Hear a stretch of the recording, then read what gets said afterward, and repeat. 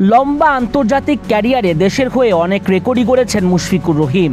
বাংলাদেশের জার্সিতে প্রথম ডাবল সেঞ্চুরিটাও তার ব্যাট থেকে এসেছিল 2013 সালে। এবার ক্রিকেট ইতিহাসেই অনন্য এক কীর্তি গড়লেন এই উইকেট কিপার ব্যাটার। বাংলাদেশের জার্সিতে অভিষেকের পর থেকে উইকেট কিপার ব্যাটার হিসেবে খেলছেন মুশফিক। তবে গত কয়েক বছরে বেশ কিছু ম্যাচ বিশেষজ্ঞ ব্যাটার হিসেবেও খেলেছেন, কিন্তু আন্তর্জাতিক ক্রিকেটে কখনোই বল হাতে তাকে দেখা যায়নি। আন্তর্জাতিক ক্রিকেটে একটি বল না করা ক্রিকেটারদের মধ্যে সবচেয়ে বেশি রান করা ব্যাটার এখন মুশফিক। গল টেস্টের দ্বিতীয় দিনে ব্যাট করার সময় অস্ট্রেলিয়ার সাবেক উইকেট কিপার ব্যাটার অ্যাডাম গিলক্রিস্টকে ছাড়িয়ে যান এই বাংলাদেশি ব্যাটার। এই ইনিংস খেলার পথেই গিলক্রিস্টের 15,461 রান ছাড়িয়ে গেছেন মুশফিকুর রহিম। 3 ফরম্যাট মিলিয়ে মুশফিকের আন্তর্জাতিক রান এখন 15,500-এর কিছু বেশি। এই তালিকায় তৃতীয় স্থানে আছেন দক্ষিণ আফ্রিকার কুইন্টন ডি কক। এরপরে আছেন 2 ইংলিশ উইকেট কিপার ব্যাটার যথাক্রমে জস বাটলার ও Jonny Bairstow.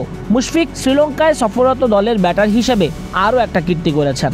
Stephen Fleming, Brian Lara, Younis Khan, Joe Root, Abdullah শফিকদের পর মুশফিকই 150+ একাধিক ইনিংস খেলার এলিট রেকর্ড গড়েন শ্রীলঙ্কার মাটিতে।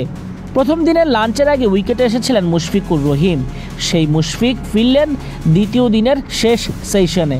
350 বলে দীর্ঘ 163 রানের একটা ইনিংস খেলে আজিতা ফার্নান্দোর বলে এলবিডব্লিউ হন মুশি।